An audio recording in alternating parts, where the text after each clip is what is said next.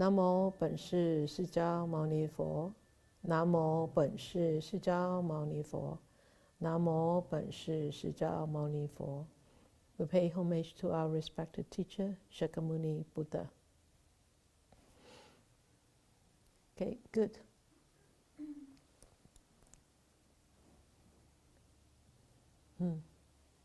Nice picture from Sham Lake. Yeah. Nice reflections.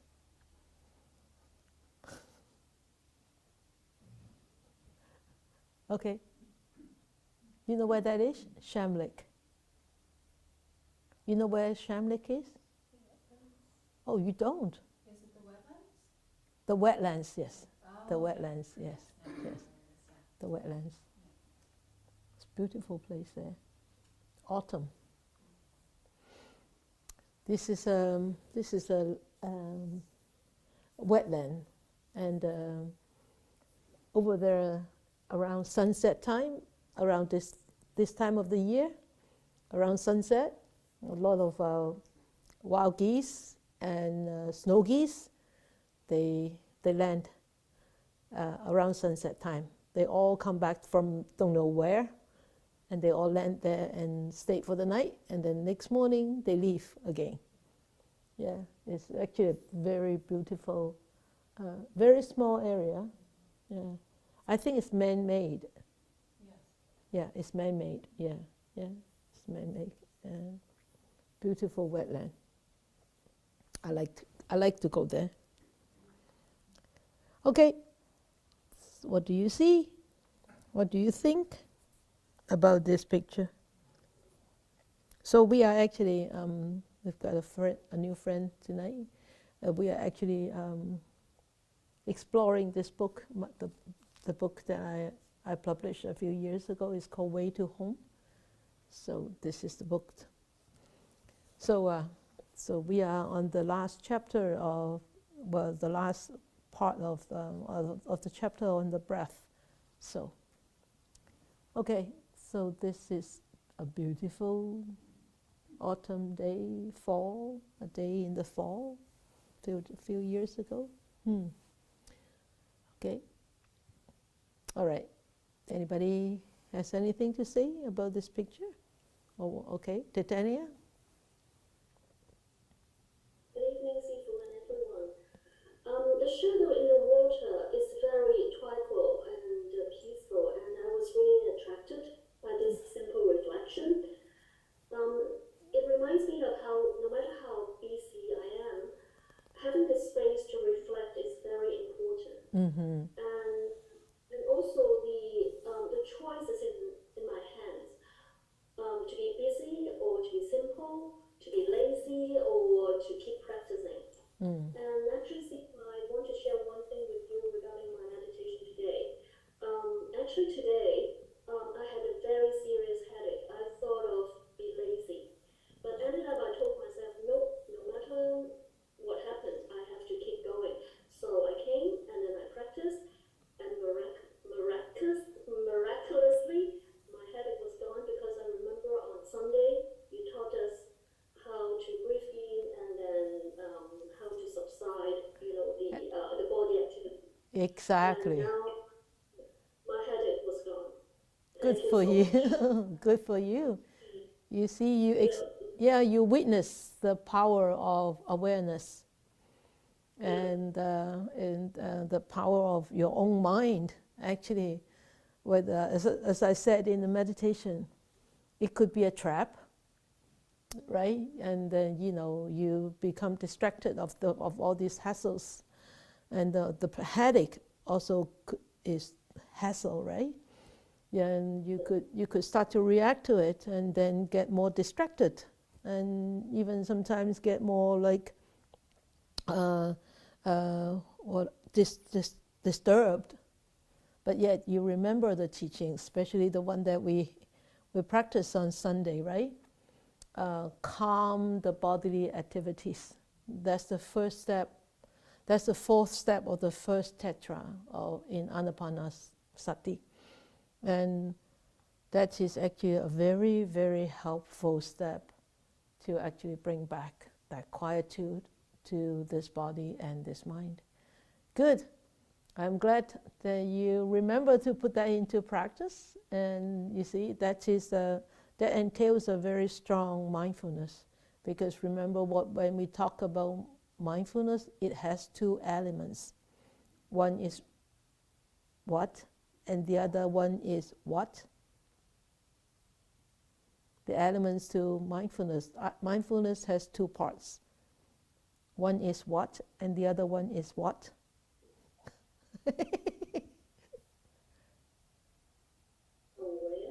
Aware, okay, there's one part.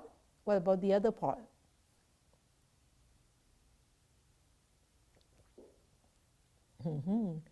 We talk about that quite a bit on Wednesday. On Wednesday night Chinese teachings in Cantonese. There are two parts to mindfulness.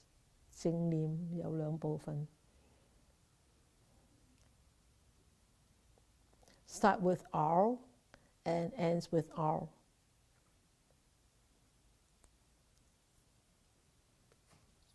And it's a six-letter word. Start with R and ends with R. And there's an E in between.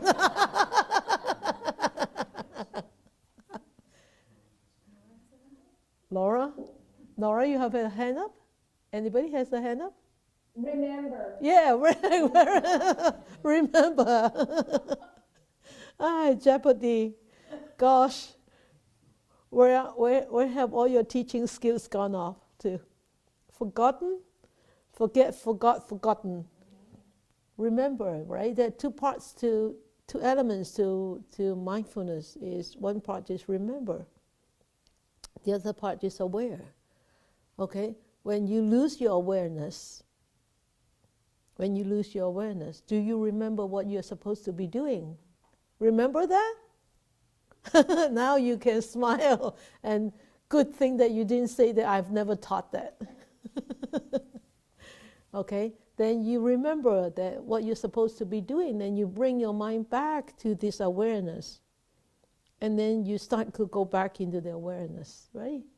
And in awareness, you also constantly remember what you're supposed to be aware of and what you're supposed to be understanding, you know? So remember two elements to mindfulness. Always remember these two. They are connected with each other, very much interrelated. Okay, start with R and ends with R, remember. Okay, so yes, so good. I'm glad that your headache is gone. You know, I used to. I mean, now it's busy, yeah, but in the early days when we were in Po Lam, sometimes I had to do a lot of errands. You know, going out to Vancouver and come back and getting very tired, especially on the lakes, and sometimes because I had to cut all the grass and do all these heavy work. And a lot of sometimes when I finished all the work, I felt so tired, and I could easily give up my meditation. But I never do. I always felt the meditation is sort of like a charger for me. And no matter how heavy the legs are, if I could allow myself to really sit down for an hour or so, and by the end of the hour get up, all that tiredness is completely gone. Yeah, so you know, this is just the medicine for me. The meditation is really just the medicine and therapy for me. So you know, I'd rather spend an hour in meditation than an hour of doing other things to try to get rid of the pain. Yeah. So yeah, it works, Titania. It works. Yeah.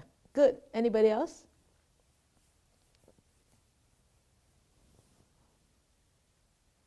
Okay, Wai Fun. Yeah.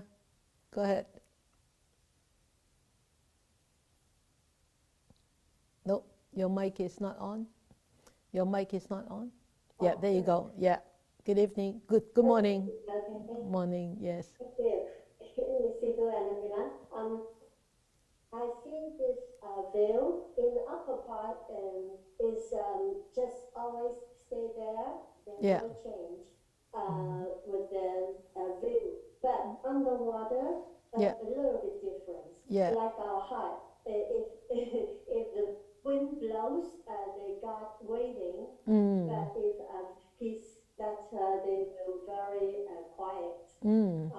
Just it's a very the same veil, but a little bit different. Just look at it, our heart and Yeah. the actual inner peace. Mm. Peace. Good. Thank you. Yeah.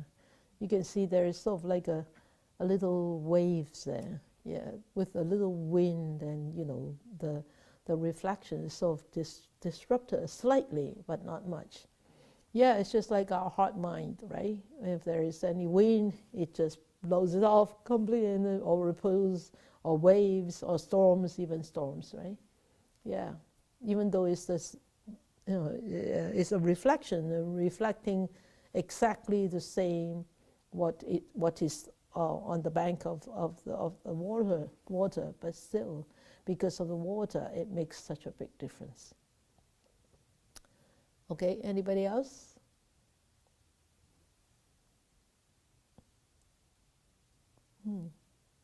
No? Somebody? Oh. No. Okay. All right. Can I look at this closer? Sure, of course. You have something to say? There is a mic there. I thought that might have been a beaver lodge, but it's hard to tell. A beaver lodge? It could be a beaver lodge, but It's really, usually there's more sticks on it, but oh, it's very odd for that to be shaped like that, sticking up in the water, unless okay, that's exactly what the beaver will build, okay. and the entrance will be underneath. Ah, That's very good. yeah. Yeah, Paul said that the locks at the far end. No, the white. Yeah, that lock, right? That one on the left hand side, that straight one. Yeah. All of this. Yeah. Just at the bank of No, at the bank. that's It's not a beaver lock. No, No. it's the bank of the. Oh, okay. Yeah. So it's not beaver lock. Okay. You know beaver, right? Beaver, they actually use their front teeth and cut down the lock and then drag it over and put it in the river to make it to make a home, to make a dam, right? Well, they make the dam for the water deeper. Yeah, They take the branches and bury them in the mud under the water. and then what? That's their food for the winter. Oh, really? And they live in the beaver lodge hut. For the winter? Oh, it's interesting. How clever. Beaver lodge hut. So that's the kuti.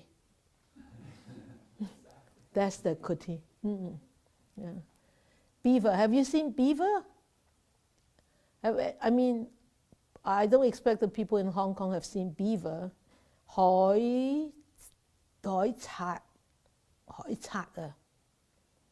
And they have two really funny rabbit teeth at the front, and they always go and cut down the tree and drag it in to make the water deeper so that they can sleep inside.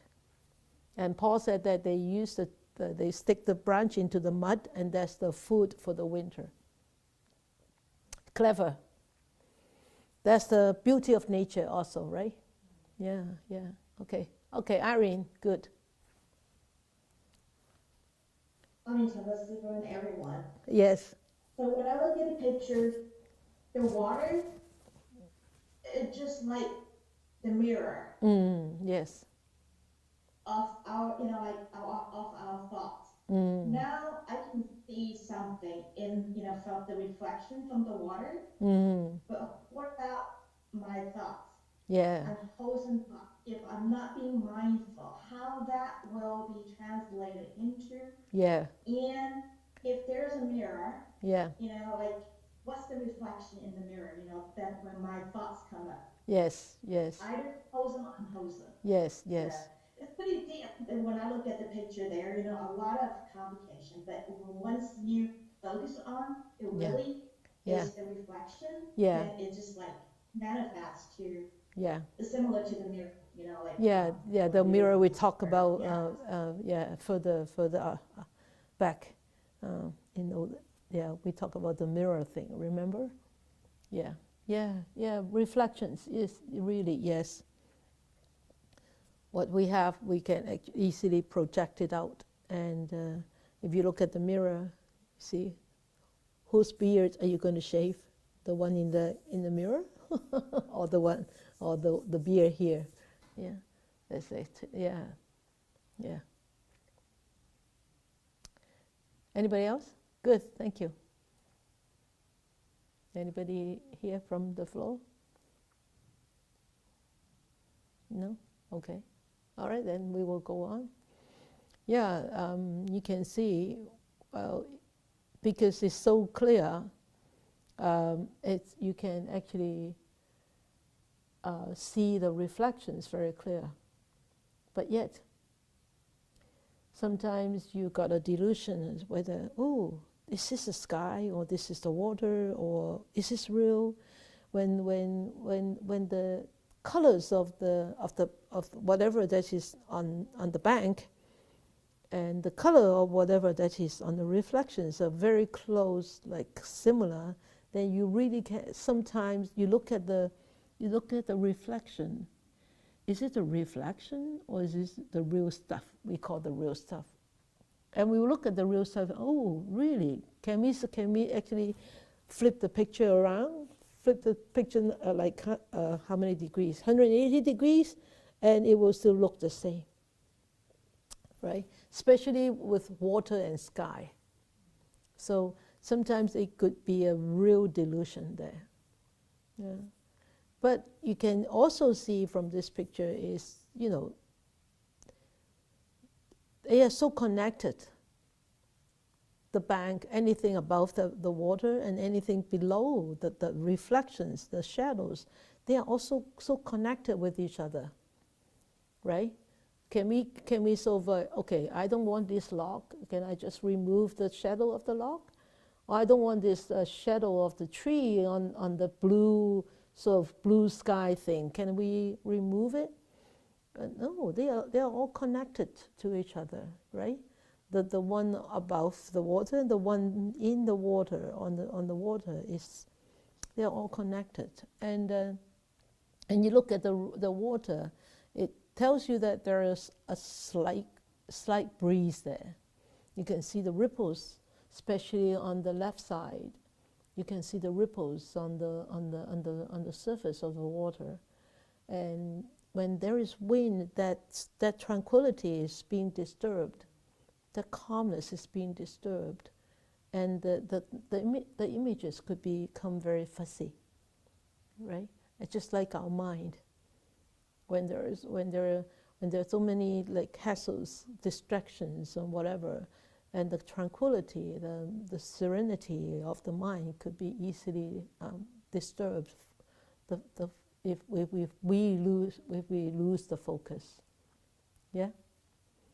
Good. So the passage that goes with this is, you see, this whole chapter is talking about the breath. It's so very difficult to sort of focus on just this passage, and so I try my best. I've tried my best, but I find it very difficult, especially difficult in this chapter.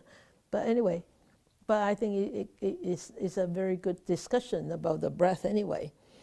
Because the breath is actually a very complicated thing, but it could be a very simple thing too, right? And the physical and mental are connected together, and observing the breath, you are indirectly observing the mind. So, any of you have any experience any experience in your meditation about the truth pertaining to this passage? You do, Laurie?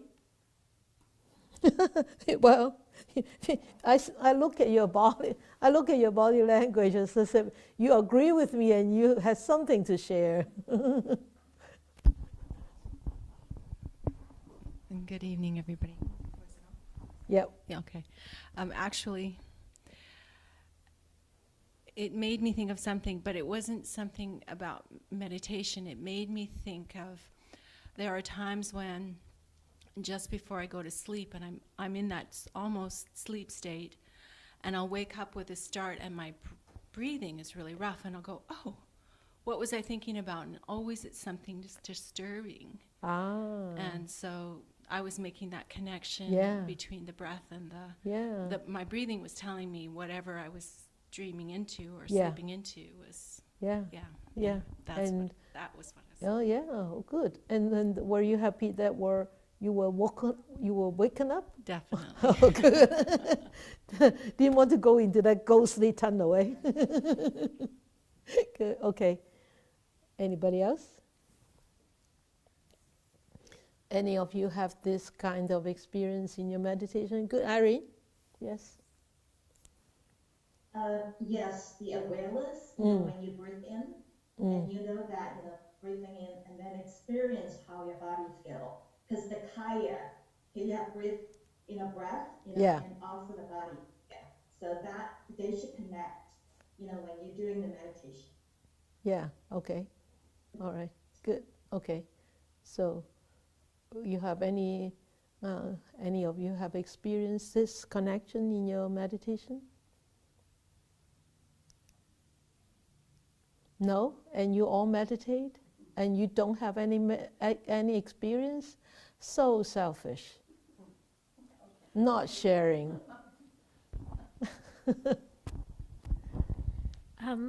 Good evening. Good evening. I think the thing that springs to my mind is if I'm uncomfortable, if I'm physically uncomfortable, my breath is much more shallow. Mm-hmm. And the more comfortable I am, the more focused I am, it becomes a deeper breath, but also a more subtle breath. It's fine. It's almost like a whisper of a breath. Yeah. So that's my observation. Good. That's good. That's nice, because that is your experience, and there's no doubt about that. Yeah, good. You all should have experienced this connection, somehow or another. So they are really, really connected together, but they are not tangible. They are not like, you cannot see it. You cannot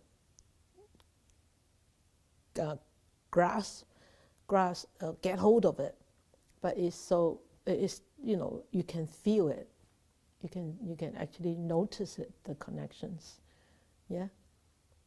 Okay? Okay, since you're so quiet, then that means you expect me to talk, so I'll keep talking. All right? So, with meditation, okay, so especially in the Mahayana teachings, the connection between the body and the mind and the breath actually are very, very important. And in the Mahayana teaching, they always say there is a kind of regulation that one is doing in meditation. And the first is to actually regulate the body. So remember this word, regulate. It's really has a meaning of like taming, training, softening. In the old days, they use an example of like training a wild horse, or taming a wild horse, or softening a wild horse. Or they use another example of like subduing a bull, So you can see that they compare a wild horse or a wild bull to our mind, our human mind. And we agree, I agree, I don't know whether you agree, I agree totally about this. The mind is like a wild horse, like a wild bull that really needs taming and training and subduing and softening. So the Mahayana teaching is that we regulate the body. What does it mean by regulating the body? That means, well, you have been meditating. We have been meditating together quite a long time, especially in this pandemic. And you always hear me talking about the preliminaries of the meditation. Two very important steps. The first step is, keeping an upright posture and check your posture. That is one big step, a preliminary step. That is regulating the body. That means you are choosing a more relaxed, a more upright posture, and this body, you try to adopt such posture that will be more conducive to train and tame this mind. Okay, so that's the regulating the body. So when throughout the meditation, when you find that, okay, this body starts to feel sort of like a tense, the difficult sensations, not very comfortable, and sometimes you do need to regulate the body. You may need to shift a little bit. Sometimes you don't really need to make big movement, but sometimes you do need to shift a little bit. And with shifting that little bit, you sort of go back to that posture that is conducive for you to sit a little bit longer. Okay? So this is regulating the body. It's really not doing some whatever big thing of trying to change the posture of the body, but it's really very slight and subtle movements. Okay, so the first step one need to remember to do is to regulate the body, and then the second is to regulate the breath. So regulating the breath is really not forcing or holding onto the breath or trying to control the breath in a certain way. No. Even though that you, in the Anapanasati that I have been teaching in the last few weeks, is I taught you how to use the long breath, how to observe a long breath, and how to observe a short breath. Even though that is intentional, we need to intentionally use learn how to use a long breath to observe that it is a long breath. Otherwise, it's just a guesswork, right? So after you get yourself acquainted that, oh, this is a long breath, oh, this is a short breath, then anytime you start to breathe normally, naturally, then you know, oh, this is a long breath, this is a short breath. Because why? I have learned what is it like to be a long breath, and what it is like to be a short breath. Because we have learned.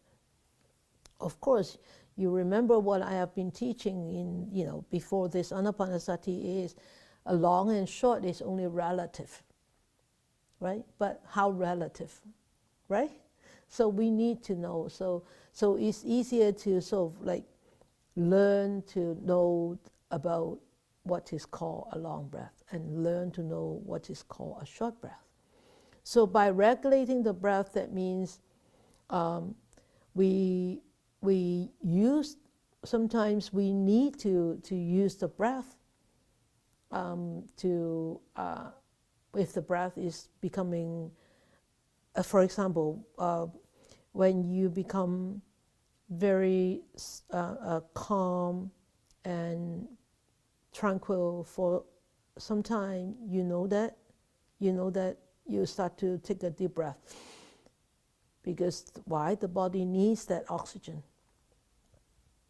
So that is, how to, you already start to regulate the breath at that time by taking that deep breath, right?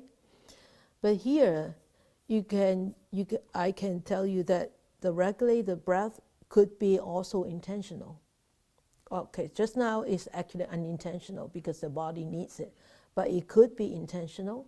It's like what we did in the fourth step of the first tetra, is when you scan through this body and you notice that some part of the body is really very having a very difficult sensation, challenging to keep upright and steady and balanced, then you start to use out breath to actually relax that particular part of the body.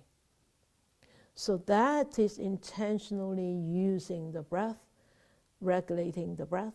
And sometimes when you notice, remember the first two steps is, if I said, when you start to feel this really tension, you start to use the long breath to calm this body and calm this mind down, right? So that is regulating the breath. But of course, I'm not asking you throughout the whole meditation you try to regulate your breath, and it's really out of the normal, okay? But only when it is necessary. So when we are observing the breath, of course, we always say that we should not rush to go and observe the breath. Only when the body is all steady and stable and centered, then when you actually feel this whole body existence for long enough that the mind starts to calm down, you naturally would be able to feel the breath. Not necessarily has to be at the entrance of the nostrils. It could be anywhere, but of course the other parts of the body is more subtle and is more difficult to be aware until when your mind really calms down. Then you'll start to become aware, oh, this whole body is really breathing together, okay, at the same time. So regulating the breath when it is necessary, okay, but not controlling, not by suppressing, okay. So this regulate is an act of wisdom, right? You know when you need to regulate the body, when you need to regulate the breath, to what? To bring such a physical existence which is more conducive for the meditation that has to come, right? So, and then the third is regulate the mind. So regulating the mind is really, what does it mean by regulating the mind? Because sometimes the mind is, you're so challenged with so many enemies. The first big enemy is drowsiness, and then also irritation, agitation, and wandering thoughts. Then when you are experiencing or being challenged with all these enemies, obstacles, how are you going to deal with it? Then you need to sort of start to regulate the mind a little bit. How do you regulate the mind is, by using the breath, then you start to calm the mind down. Okay? So, or sometimes when the mind becomes agitated, you say, okay, this is agitation. Okay, I'll just see. Or when so many evil thoughts, unwholesome thoughts come up, then you start to replace them with wholesome thoughts. Remember the teaching that the Buddha said, that the Buddha taught is, if you have a column in your house which is all being invaded by these pests, are you going to remove the whole house? No, you don't. You don't need to. You just replace that one column, right? So if you notice that you have a lot of unwholesome thoughts or ugly thoughts or whatever thoughts, then replace them. Replace them with positive thoughts, right? Or you have anger coming up, then replace them with metta. Or you start to hate yourself, then send metta to yourself, love yourself. So that is by regulating the mind, is like changing the thoughts processes. Okay, So this is sort of the way to meditate. Okay, so here we are talking about the breath. So we know there are so many techniques on meditation, and but I tell you, actually, even no matter how many techniques of meditation, this breath, observation of the breath, or observing the breath, is really, really the preliminary step in many, many meditation techniques. Whether you're doing Chan meditation, you're doing Tantra, or you're doing visualization, whatever, this breath thing is actually the most fundamental. And we all know that breath actually belongs to this physical existence, but it is so much connected to this body and to this mind. Okay, so they are all connected together. And if our breath, as you said just now, if your breath is very smooth, very fine, very tranquil, then you will experience the same with your mind. The mind becomes subtle, becomes stable, becomes calm and quiet. So that means you can see this connection between this physical breath and this mind. Okay? So we all know that when we are scared, as you said just now, Laurie, before you fall asleep and you sort of like this, you get startled, and so that, and then you observe your breath right away after you waken up. You say, wow, such a rough breath. That's why you're startled. That's why you sort of know that you were sort of going into that dark space, right? So that breath is telling you where the mind is going, or where the mind is at that present moment. For example, when we start to be so angry, then our breath will start to change, become so deep and so heavy. And even sometimes we've experienced this heat coming up, and it's something of the heart. So this physical phenomenon, it actually tells us there's something going on in the mind. Otherwise, why would it happen, right? I'm already angry. That's anger, is the mind part, but this heat and the heavy breath is the physical part. So the kaya, the body part. So we know that a certain emotional state or certain mental state would be corresponded with a certain type of breath, right? We certainly have we have experienced that. So we know that this breath and this mind are so interconnected together, and this mind could really change that breath, right? So especially when we start to become more quiet, we will start to notice that breath becomes, even a long breath will become finer and finer and finer, and more subtle and more subtle, right? So in the Mahayana teaching, is actually have a very detailed description about the breath. And when we close our eyes, initially when we sit down and close our eyes, the teachers suggested that we can use our ears to sort of listen to what kind of breath that we are actually breathing in. And then it tells you what kind of mindset you have. So the first one is the wind, like a sign of wind, like this. And so this is like people after playing a strenuous exercise, so they are sort of like not catching the breath yet, but you can hear that it's like that, okay? So, and here it's just like the wind blowing, and with this kind of sign of a breath, it is really not conducive for meditation.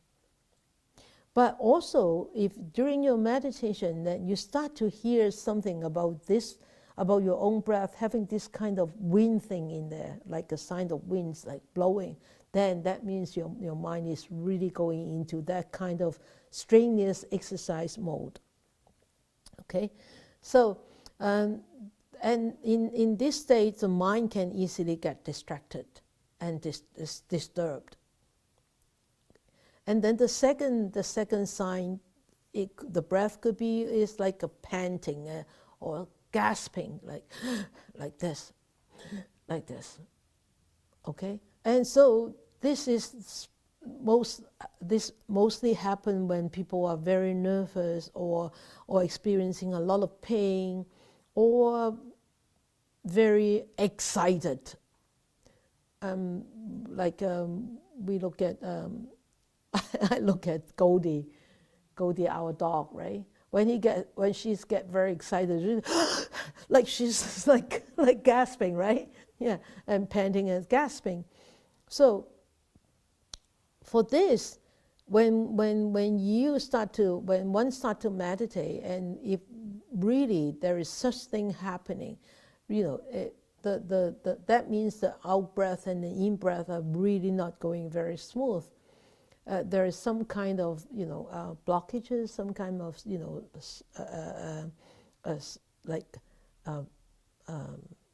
something gets stuck. So if you meditate with this kind of breath, the body gets tired very easily, right? And it's normal. You can see it's actually very logical, right? Because the way you breathe, you are actually tiring out the body all the time. So it is actually, teacher suggested that you sort of lie down and rest for a little while, and then start to pick up again. So of course, if you are in a big hall meditating with everybody, and of course this is not suggested for you to go and lie down, and so you probably fall asleep, right? So of course, I don't suggest you to do this. Otherwise, you say, "Oh, Sister Jessie said that I should lie down and rest." But when you go through your meditation on your own and you really hear this or experience this, if for a little while you cannot overcome this, really do lie down for a few minutes and allow this to rest and pass, and then pick up again. And then the third one is, this is very difficult to actually translate, is the qi. The qi is the current, the air moving around in the body. So this qi thing, the qi sign or air sign that is our normal breathing breathing air, the normal, like between the 12th and the 16th breaths. That's the normal air that comes in and out through our nostrils. And this sometimes you can hear it. Just now when I was meditating, all of a sudden I could hear this air. And I know, the mind there's something going on in the mind, and I continue to hear it, and then very fast it starts to calm down. So you can really hear it. It's for a brief, like couple of breaths, I could hear this qi going. And this is very normal for our meditation, especially when we just sit down in the beginning, and you could hear this, and it's not really like a sound, but there's something that you can hear, Okay, so even though the inhale and the exhale are going on very smoothly, but you can still hear that there's something going on there. In this state, still the mind is still could be rough, and the breath is also rough. It's not fine and slow. Okay, so the mind is still not very calm, but slightly calmer than these two, the previous one. Okay. And the last one, I really don't know how to actually translate this. But actually, the fourth one actually is talking about the breath.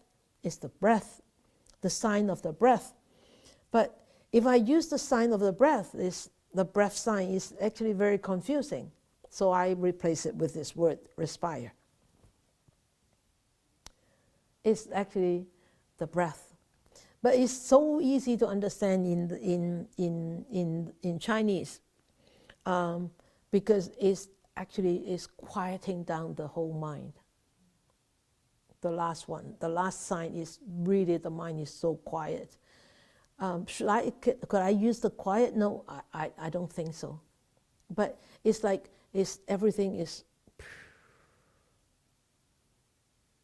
like quiet, hush. So, maybe I should use hush. Yeah, hush. Yeah, hush. The sign of hush. Like that. So it's just like this picture. It's like, that's just like this photo. Hush, quiet. So, this hush, okay? Hush. Replace it with hush. So, there are 4 types of this hush, okay? The first is through the nose. Through the nose. You can, of course, the breath through the nostrils is the fundamental way that we can observe and if we breathe through the nostrils, is a lot of time is always like between 13 to 16 or even 13 to 18th breaths per minute. So this is sort of like our normal breathing rate, okay? So this is actually the first through the nostrils is actually relying on this chest, the lungs expanding and contracting, all right? So if you feel that sometimes the breath becomes very difficult, you will start to take a deep breath. Right, that is through the nostrils, the first type of breath. And then the second type of breath is through the abdomen. So through the abdomen is not in here anymore, in the upper chest anymore. It's on the lower part of the body, of the trunk. So for this, when you get deeper and deeper, sometimes your breath will switch to this. Did you notice? No? Never. Try to observe that. It will. It will start to go down a little bit. It's not intentional, but it will. And sometimes when you start to actually, that kind of breath happens in the abdomen, the mind becomes like relaxed and very sort of starting to go into a very light mode, okay? And it becomes very normal and natural. You don't need to do it intentionally. And then the next type of breath, respiration, is sort of like in the womb. Even though you think that the baby in the womb is not breathing, it is breathing. It learns, or he or she learns how to breath. But they don't breathe through the nostrils, that's all. They are breathing through with the mom, right? With the mother, through the umbilical cord. So for us practitioner, from this abdomen, the breath of like abdominal breath, it could transcend into a breath, a breath like a womb breath. The breath becomes very fine, very subtle, and slower. Okay? And at that time, sometimes, if people come and feel your pulse, as if they cannot find a pulse. But does it mean that you're dead? No. that means you're in a very deep meditative state. Okay? And it is still relying on the outside air for its own body. Okay? So and then there is the fourth type of breath is the turtle type of breath, or you can call it turtle breath. Is, as you know, the turtle with is it tortoise or turtle? Which one is that? The one which swim? Turtle. Okay, okay, okay. It's like the turtles, they can actually lie on the bottom of the ocean for days. They don't need to come up. That's why in the Lotus Sutra, remember, there's a simile about the turtle. The rarity that we actually encounter the Dharma is like a turtle. After 1,000 years, it comes up to the top, to the surface of the, and then it wants to take a breath, and it goes through the hole of the wood, that the driftwood.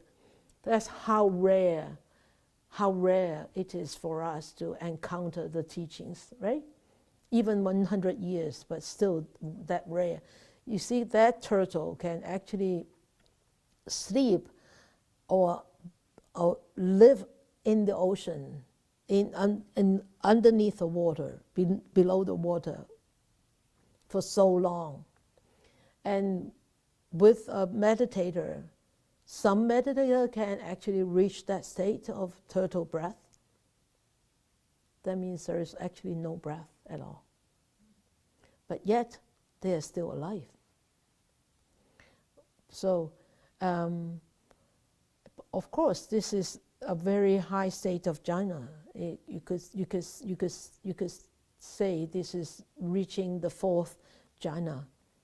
And there are many, many examples of past teachers in that kind of jhana, and they stay in that kind of jhana for a long, long time. Because why? They don't need to breathe. They don't need to sustain this physical body through food or through water, or even through air. And there, some people, some of the practitioners, their heart rate could be very, very fake, very, very faint. And you know, if they have no experienced meditators around, a lot of people would say that they're dead.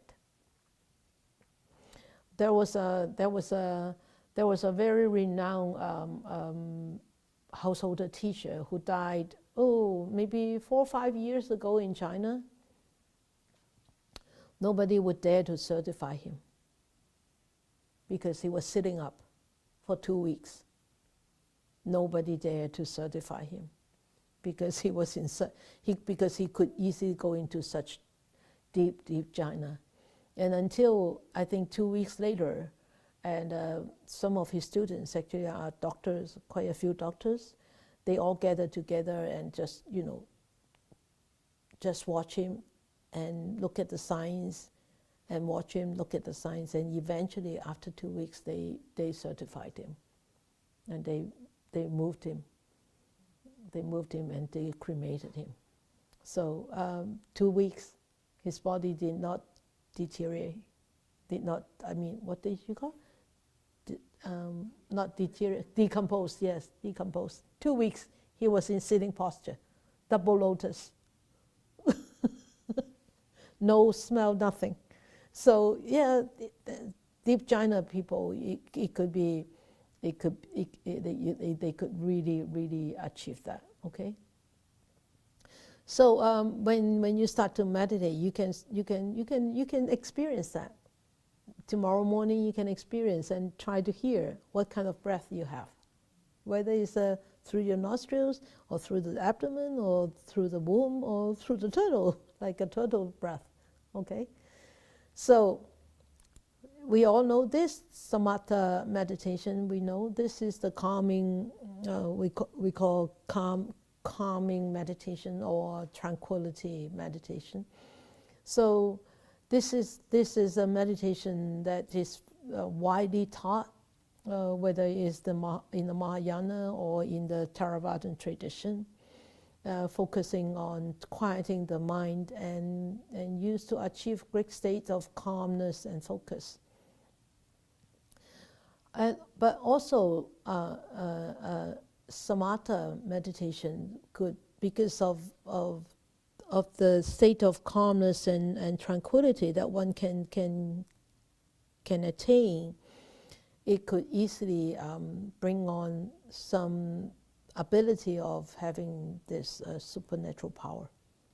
Because with samatha meditation, one could really go into a very, very focused and quiet state. But practically in down-to-earth terms, the samatha meditation is really helping us to really calm the mind. And what people suggest with samatha meditation, a lot of them is teaching one how to count the breath. And you can count the breath from 1 to 10, or you can count 1 to 50, or you can count just in breath, or you can count just the out breath. It really depends on what the teacher teaches you. And sometimes the counting of breath could be very, very useful, especially for people who have a lot of wandering thoughts. But one has to be really aware whether really one is counting the breath or one is really just counting the number, right? So a lot of times people say, no, this counting of breath doesn't work. I said, no, it works, but you're not doing it properly because you are counting the number. You're not counting the breath. You see? So if one can actually achieve of continuously counting 1 to 150, one will reach a really focused stage. Very focused. The mind could be very focused. And eventually you will naturally give up that counting. Just give it up naturally, because you don't need to count anymore, because the mind is so calm and quiet. Of course, that is one type of meditation, but the other one is you follow the natural breath, right? Follow the natural breath, and observe the natural breath. So, there is a lot of different techniques, but of course you choose the one that is actually more suitable for you. Some people count, but they don't want to let go of the counting. Then forfeits the whole purpose of counting. And some people don't want to count, but they can never observe the natural breath. They are just fighting all the time, right? So it's really not wrong to count, or not wrong just to go to the natural breath. It really depends on what kind of mindset you have at that time and what kind of technique you should use. So that's why the Buddha is so great, is compassionate. He gives so many different kind of techniques for different kind of situations, for different kind of people, right? And so, as we always say, is do not paint the whole room with one brush. Not just one technique fits all. There's no way, right? Otherwise, everybody would be Buddhist, or everybody would be Christian, or everybody would be whatever, right? It cannot be one size, right? One size fits all is impossible. You either break it, then it fit into it, or right, or they cover you up, and you think it's quite trendy, right? But anyway, so the whole thing about meditation, or you can call meditation as a general term, is really teaching us how to observe our mind, how to filter our mind, how to sentiment our mind. So this is the famous water bottle, right? So the mind is just like this water bottle, a bottle full of different things, It could be full of jewels. It could be full of filth, right? The jewels are the positive ones, the wholesome qualities, and the filths are the unwholesome ones. So there's so much inside this bottle that we don't really know until we start to allow it to settle down. So this is why a lot of people, when they start to meditate, they will come and say, oh, why do I have so many thoughts? I never have so many thoughts until I start to meditate. I said, yes, because you never notice that you have so many thoughts until you start to quiet down your body and the mind. You give yourself a chance to quiet down, then you start to notice. You start to see it, but it doesn't mean that it's never there. It's always been there. It's not the meditation that gives you so much thoughts. It's you already have so many thoughts in there, but you just don't notice it. That's all. So they always blame these thoughts of disturbing their meditation. Oh, my thoughts are disturbing my meditation. I'm distracted by the thoughts. You're not distracted by the thoughts. It's nothing wrong with the thoughts. Don't blame it on the thoughts. Blame it onto yourself. Your focus is not strong. Your awareness is not strong. You make the thoughts as a meditative tool. They could be great tool. Okay? So this is really not fair for the thoughts. But the thoughts cannot fight back. Right? It's none of my business, it's your business. Right? The mind cannot settle down. It's not because of all these thoughts. The mind cannot settle down because you don't have that equanimity, because the mind cannot settle down because you don't understand. The mind cannot settle down because you lose the awareness. The mind cannot settle down because in a daily life there are so many thoughts coming up and you don't realize and you don't become aware. Right? There are so much distractions in this world that you don't, in this outside world, you can hardly know that you have wandered off. That's why I always like when I teach walking meditation, I said, okay, from step 1 to step 25, count how many thoughts that you have. How many wandering thoughts in one path. That path is just 25 steps long. How many thoughts? Some people say, I can't count. So much, so many thoughts. Some people, 2, 5, 10. Good, that at least you know that there are 2 wandering thoughts. At least you know that there are 5 wandering thoughts. Because this whole world, outside world is so many distractions, right? We can easily just go on without knowing. So just like the dirt in the water, the filth in the water, we don't know until we allow it to settle down. And then we'll be able to see it. Therefore, when we start to meditate and sit down and try to calm this body down, this kaya down, and we'll start to see them. You'll start to see these thoughts. And then you start to learn how to calm these thoughts down. Okay, in the following steps of the Anapanasati. So using the correct technique is actually very, very important. Some people are so rigid that they don't pick the right technique to use. Or sometimes the technique was, one technique was just given, and this is it, you just stick with it. But that doesn't suit them. But they force themselves to use that technique, and then they're spending so much time, but they're not getting anywhere. That doesn't mean that I want you to go and test this out. No, I don't mean that. But you need to know. There are so many techniques out there. Even with the breath. I mean, I've taught for so many years, and you know that sometimes I teach like this, sometimes I teach like that. Why? Because I want to give people options. You can use this, you can use this, right? Sometimes I say, oh, you use this. Have I ever said counting breath? I did. I remember I did. And maybe not in Canada, but in Hong Kong, I did. So why? Because I want people to have options so that they could pick whatever options that is most conducive to bring back that calmness, that quietude to that moment. Otherwise, you're constantly fighting. What's the mean? Why? Why? You don't need to fight. There's too many battles already, right? Too many battles already. We don't need to fight anymore, right? We need to get rid of those battles, right? So we need to start to learn how to settle and be observant.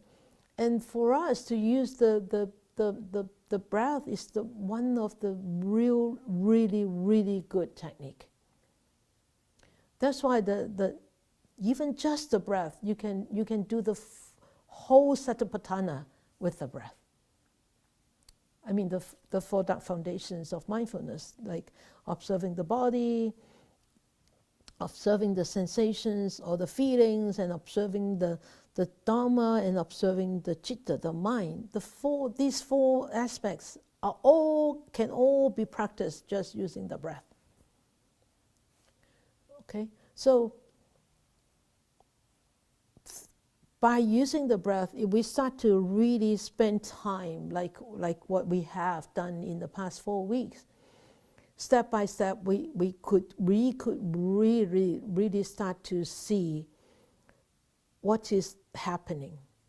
Of course, now we have only done the Kaya, but even with that first 4 steps, I hope you have more understanding about this Kaya than you had before. Have you? Good. Yeah. So this is actually then gradually you will be able to observe more. Observe more what? Oh, this is what I feel now. Oh, because of these conditions. I remember Johnny asked me questions about the face, all these sweat and on the face, and he asked me why. I said, no, you don't need to know why, right? You don't need to know why. You need to know what is going on and how to actually subdue the mind, and also eventually you will start to observe how the mind reacts or how the mind acts to these feelings. So in those latter steps to come. So you will start to see, oh, this conditions brings such a feeling or brings such a mental state. Oh, this mental state, how does what's the nature of this mental state? Oh, it comes and it goes, it comes and it goes, and it changes like this. And you really start to see impermanence in there. And you start to really see that truth, start to penetrate through that truth. Otherwise, it's just surface, it's just talking, plain talking. Yeah? So that's the whole thing about meditation, is allow this mind to become subtle and observant. So that's why the Buddha said, this is the only way, O bhikkhus, for the purifications of beings, for the overcoming of sorrow and lamentation, for the destructions of suffering and grief, for reaching the right path, for the attainment of nibbana, namely the 4 foundations of mindfulness, that means the Satipatthana. So, because with this practice of Satipatthana, or with this practice of Anapanasati, we start to take care of the mind, and we start to learn way how to protect the mind. And when we start to actually develop that strong mindfulness, we start to actually plant in our, or you can call unconscious mind, or you can call consciousness, start to really pound a very strong post in there. Plant a really strong post in there, and it becomes so strong. And like like the flag post that will never waver, even in strong wind. Remember that simile, that analogy, right? So, the Buddha also said mindfulness of breathing is, he said, and how, O bhikkhus, does the bhikkhu live contemplating the body in the body? He said, bhikkhus, a bhikkhu gone to the forest, to the foot of a tree, or to an empty place, sit down. That means seclusion, right? And this is the 5 types of seclusion. Where? Forest, foot of a tree, empty space, quiet place, safe place. So we are all in a secluded place right now. We are all in a seclusion. But this is only the external seclusion. But the real seclusion is here. Here. How can we be really quiet in here? The outside world could be crazy, but yet here, we are in seclusion. That's what we are aiming at. Here, this mental seclusion. And he said, keeps his body erect and arouses mindfulness in the object of meditation, namely the breath, which is in front of him. This is from the Anapanasati. So, of course, this is actually it seems that very easy, but you all know it is really not very easy to keep it a continuous practice. But it is doable and it is possible if you put your practice, if you put your mind into the practice seriously and continuously, and also arouse that determination, arouse that wholesome intention every time in the beginning of your meditation. I need to put the right effort in. I need to put the correct effort in. I need to persevere. You need to arouse that kind of intention, arouse that kind of determination. No matter how difficult or how pleasant this meditation is going to be, I will persevere through. And in the middle of the meditation, if you notice that you slack off, then you need to arouse that determination again. That right effort has to come in again.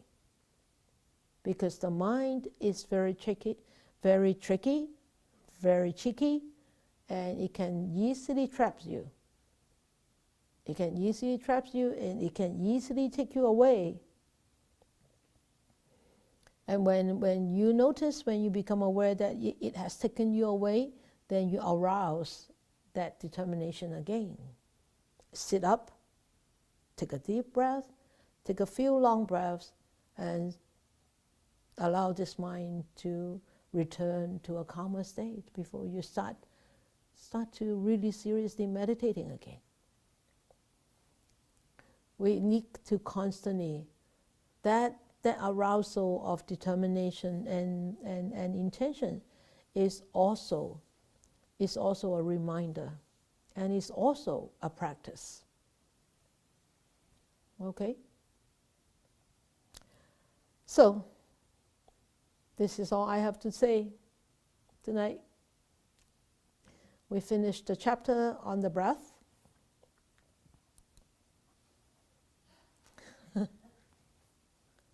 You like this picture? Me and Goldie meditating at the river. So, if we could learn how to really put our life in the right space, and use our life, to help ourselves, especially our breath. Do not underestimate this power of the observation of the breath. Is so powerful, and it could be also very pleasant and happy practice too, and it can allow us to actually unite the mind and the body, unite the mind, the body, and the breath. All three, all united together. And when they are all united together, we know at that moment our mind could be so bright and joyful and tranquil and peaceful. And that gives us an opportunity to really reflect upon ourselves. How am I going to continue to live a meaningful and happy life? Because of that clarity in the mind, that you're able to really take one step into the future, is how can I, continue to live a more meaningful and happier life. Okay, so any questions?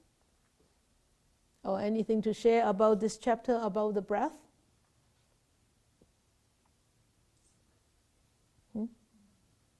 Anything to share about the breath? Oh, I just said so good. So good. I always say it. It was so good. Thank you. You have anything to say? Yeah, I have to say it. Every so often, I'm going along, and then you give a teaching, and it shifts things. Okay, and good. I really felt that in this Good. last 4 sessions. So I really, really appreciate this. Thank you so much. Oh, you mean the Anapanasati? Yeah. Oh, There I was see. well, I mean, there's always a shift, but this was a different shift. It was another shift. I think it's such an auspicious teaching. This Anapanasati is really, really great. Even I myself feel the joy. Feel the joy so much. Yes. So, anybody else about this Dharma sharing class on the breath lately? How many in this? I think 6. Yeah, I think it's 6. Anybody else? No?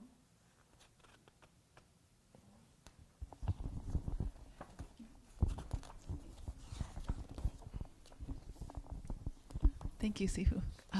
I'm just reflecting back on one of the earlier stories that you told about the fellow who didn't kill a sack of spider eggs. And then he, yeah. and then he was in hell, and those baby spiders came down to pull with him the up. silk. Yeah. Yeah, and I was thinking about that story when you were asking us about, what we're going to do in the future and to reset our intentions to go forward. And and I thought, wow, if that poor guy only had those 2 pieces of bringing awareness to his breathing, because it's so constant. That's what it gives to us. Yeah. Is it's always there. It's just it's difficult to remember to come back to it. Yeah. And to keep resetting that intention. Yeah. So thank you. There's a lot of interweaving, I think, that happened for me for the way to home that you've done the past few weeks, plus the Anapana together. So I've really appreciated it. Good. Yeah. Good. Thank you. Good. Great. Thank you. Anybody else? Irene first, and then the guys. Yeah, Irene. Yes, Irene. I would like to share my experience from last Sunday's meditation. I wanted to share during the Q&A, but it's and so when you were saying gratitude to Sifu to teach this grateful meditation technique in deep detail, step in detail. And so when you were talking about the regulated breath, when I want to hit that emoji and raise my hand, and the emotion came again. During the meditation, the emotion, the second session, when you were saying put the breath in the background, at that time, at that moment, the second sessions, and I a little bit understand what is the contemplating the body in the body. Yes. So the gratitude rise up. But at that time, I don't regulate my breath and I just observe and Yes. calm down. Yes. But when I try to share, want to share how that, feel, it's just emotion. And then I have to regulate my breath Ah. from deeper. Yes. And Yes. then, like 3 times I say, I don't want to cry during my sharing. So I just didn't share. But that, like the feeling is like regulating breath, Yes. how you do Yes. in the situation. You see, you have been meditating for so many years, and now you really finally pick up the essence of really about how to use the breath. Correct. Right? That's why it's so emotional. A lot of gratitude came up, during the meditation. Of course. I mean, yeah, that's why that emotion is really this joy.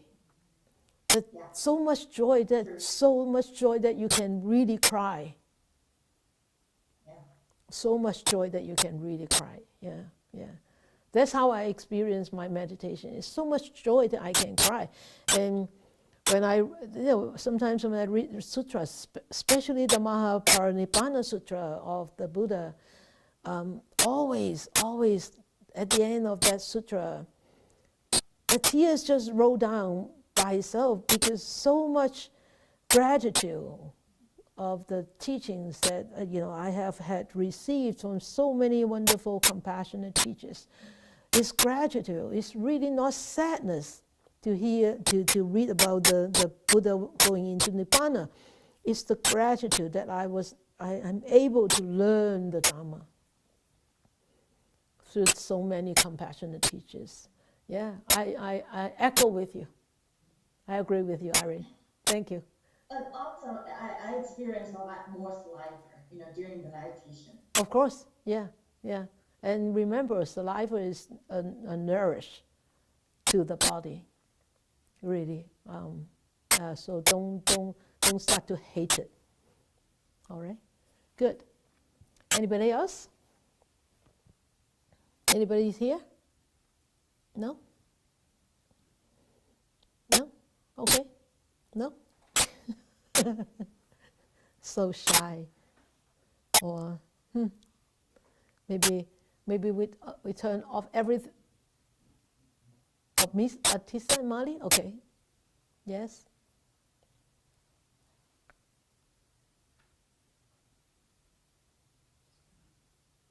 Your mic is off. Off.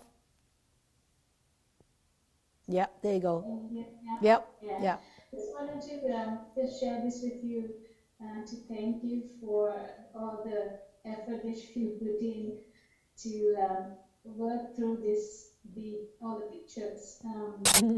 Now we get all these pictures. They're not just pretty pictures. They also have a deep and subtle meaning to. Yes. And we have discovered that gradually through you. Oh, thank you. And then you also connected really beautifully with the practice of Buddhism and how it connects to our daily life. Yes. Because first we were just looking through the photos, they're amazing, but we didn't know what to say. Yeah. But now we're thinking a little bit more about how it connects. Yes. So so we're discovering new things from this. Good. Thank you. Thank you very much.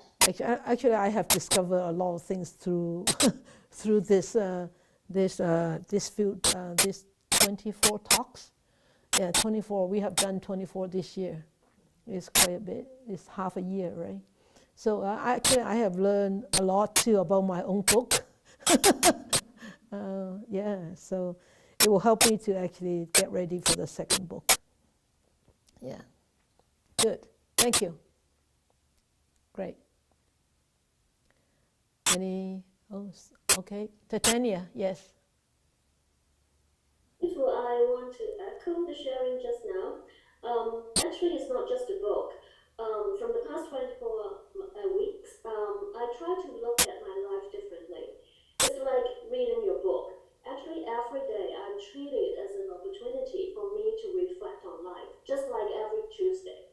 So it gives me a solution. You know what I mean? Yes. So I look at things from a different perspective, and also from Dharma, from the Buddhist view. Yes. And it's totally different. Yeah. And also for meditation, I'm still a baby because I started last year's around this time, September, right?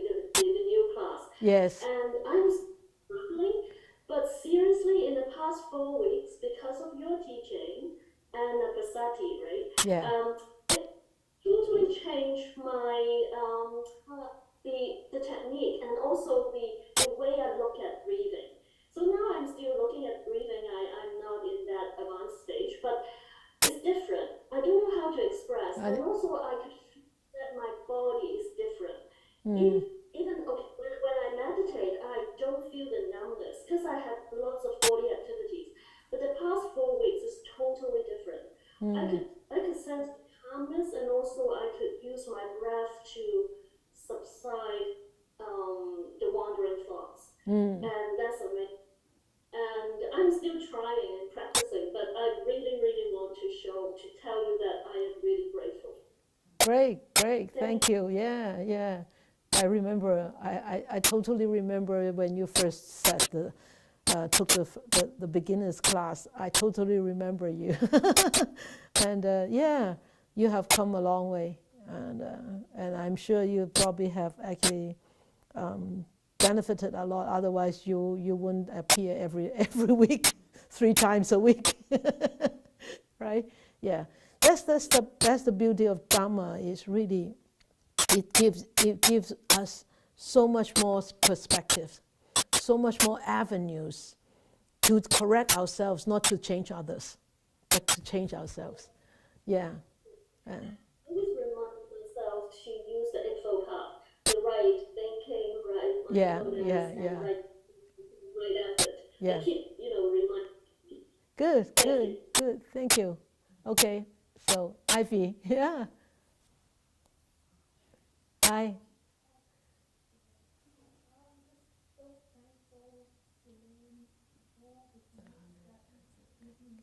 Ivy, can you speak up a little bit louder, please?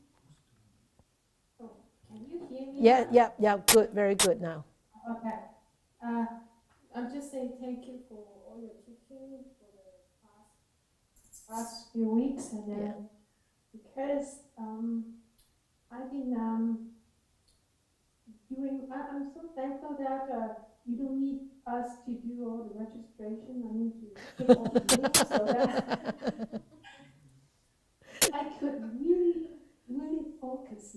Because, for doing that, I spend a lot of time in it, frustrated, and then, how come you cannot make it? And then cannot make the numbers. And, that's not the purpose. Okay. And people say, you don't need that. So I say, I don't need to do so. So I can be more focused on meditation. So it really, really helped me to be more focused. And then the last meditation on Sunday is the best one that I can follow through your instructions. Sometimes it's just confusing. But you answered my question on the third sessions that no intentionally breathing, but you have to intentionally breathe so because I'm wondering if this is correct or not correct, but I will try my best. But you answering all my questions. So you what's the problem we have, and then you answer it right away. So I'm so glad and happy, and then and that really helped me apply me on my daily life. Yes. I told you. Right. Of course. Thank you, Zibo. You're welcome. You need to recharge. You need to take a break so that we all benefit from that. Yeah. That's all I want to share. Okay. Actually, I don't know all your problems, but because I have had those problems myself, so I know all your problems. So when I teach, those are the experience, my experience. That's why it's my experience. That's why I like to teach life, really, because whatever I talk is just come out from my heart. I have no script. And I remember one student came to see a one-day course, and at the end, I think it was a he came and said to me, he said, I looked at you just now while you were teaching. I didn't see that you have a script. I said, I don't have a script. He said, how can you remember all those things? I said, I don't remember things. If I have to remember things, I cannot teach because it's only from my memory. But this is from my own experience. So, because I have experienced the same difficulties that you have had. So I know. And then when I teach, it just recall those things. They just come naturally. So but because you're here, so I have an opportunity to teach. But if you're not here, then I don't have anybody to listen to me. Then so I don't have to. I don't. Even what I want to teach, nobody listens, so I can't teach. So your presence is also important for me to be here. So we are, mutually require dependent origination, right? Yeah. So, all right, then we will dedicate our merits. May these blessings extend to all, that we with all the other living beings together will attain the Buddha way. May we wish more and more people will encounter the wise words of the Buddha, study them, understand them, and practice them and implement them into their lives so that they could live happier and more peaceful and share their happiness with others. May you all be safe and secure, happy and peaceful.